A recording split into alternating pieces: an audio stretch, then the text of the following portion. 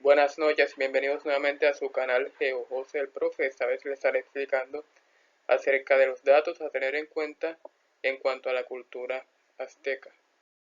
Como título tenemos Tribu Azteca, datos a tener en cuenta. Les realicé esta clase para que no pasen desapercibidos datos fundamentales que hay que conocer sobre esta tribu indígena referente al pueblo azteca. En primera instancia tenían una sociedad estratificada, obviamente una sociedad basada en estratos, desde el más alto hasta el más bajo, dividida en tres grupos o estratos, también se les conoce. Los pipiltin, que eran los nobles, eran los máximos jefes.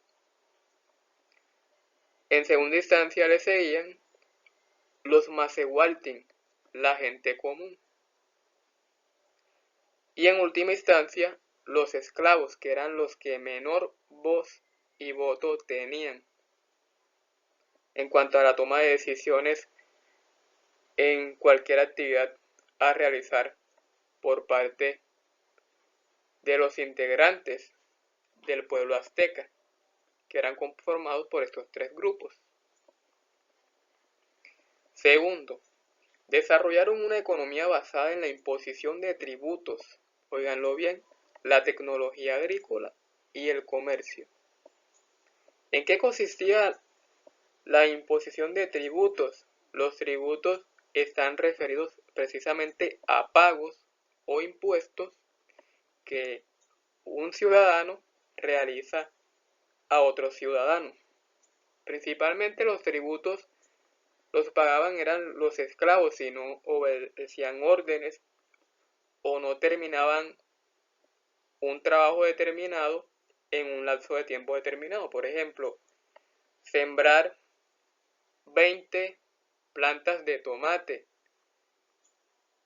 en media hora. Si no cumplían con la siembra de los 20 tomates en media hora, la media hora sin nada, por parte de los nobles, eran castigados y tenían que someterse a la imposición de tributos, sea a través de dinero, en algunos casos desafortunadamente sacrificaban a una hija o un hijo que posteriormente tenían que someterse a las órdenes de los nobles.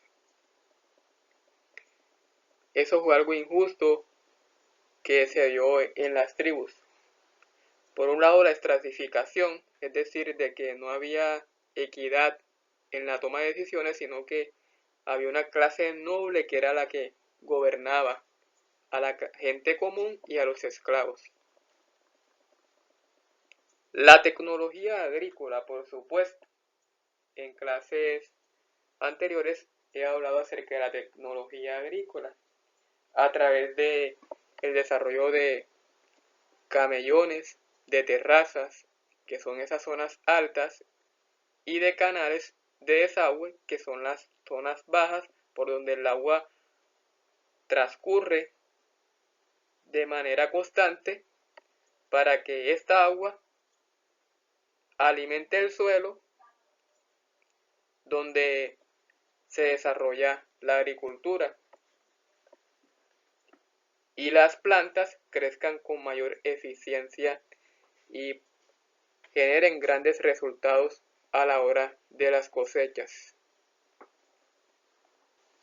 Y el comercio se basó principalmente, por un lado, en el intercambio de productos alimenticios, principalmente entre la gente común y los esclavos, es decir, parte de lo que cosechaban, una pequeña parte, era para ellos, para consumo propio. La mayor parte de lo que cosechaban era para los nobles, que eran los que gobernaban a la gente común y a los esclavos, imponiéndoles las actividades que ellos desearan.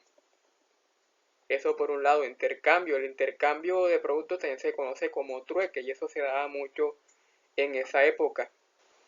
El trueque también se daba entre el intercambio de productos agrícolas y también de vestimentas, principalmente entre la gente común y los esclavos.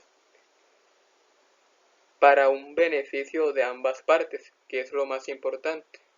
Como logran ilustrar a través de esta imagen, la mayoría de las tribus indígenas, no solo en los aztecas, hablando de los aztecas, sino en general de culturas como los mayas y los incas en territorio americano, los chipchas, entre otros, eran conformados principalmente por la gente común, que para este caso se le conoce así, y los esclavos.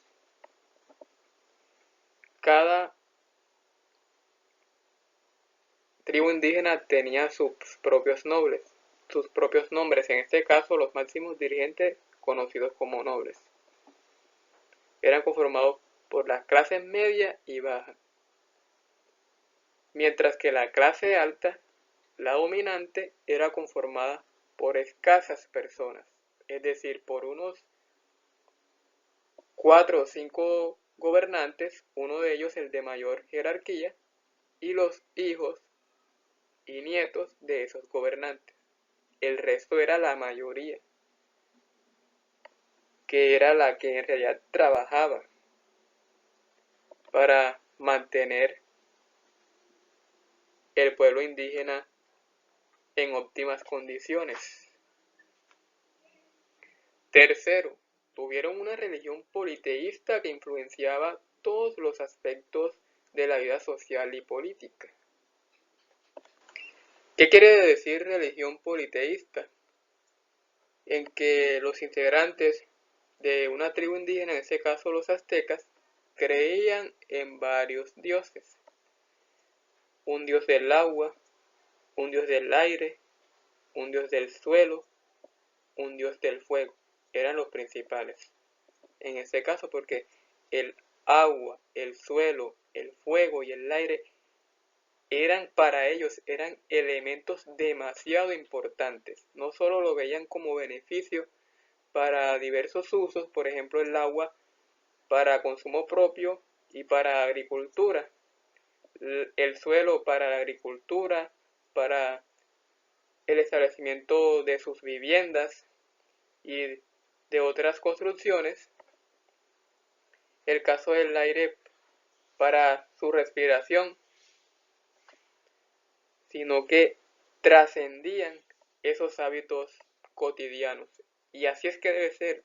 En la actualidad no hay que ver el aire, el agua, el suelo y el fuego como sustancias que nos generan un beneficio en común y ya, porque el fuego no solo sirve para la cocción de alimentos, también es una energía, también es una fuente de energía que expresa mucho más allá que la cocción de alimentos o de el equilibrio biológico de una persona que se encuentra en una zona de clima frío. El fuego va mucho más allá de eso. Lo mismo la tierra, el aire y el suelo. Y por supuesto, esta religión politeísta influenciaba todos los aspectos de la vida social y política. No por cualquier cosa el máximo dirigente y sus socios tenían la autoridad de dominar a la clase media, conocida como gente común, y a los esclavos. Cuarto punto, profundizaron los conocimientos en astronomía y crearon un sistema de escritura propio. Los conocimientos en astronomía estaban basados. Hay una gran relación entre religión y astronomía. Por eso es que en una clase anterior yo dije que ellos no miraban un planeta o un conjunto de planetas, por ejemplo los que conforman nuestro sistema solar, que son 8. Plutón no es considerado un planeta, y este sistema solar es conocido como la Vía Láctea. Hay decenas, centenas de sistemas solares en todo el universo. Hay una gran relación entre religión, es decir, sus creencias espirituales, y la astronomía, es decir, el cosmos, y crear un sistema de escritura propio, un sistema de escritura que se mantiene vigente en la actualidad.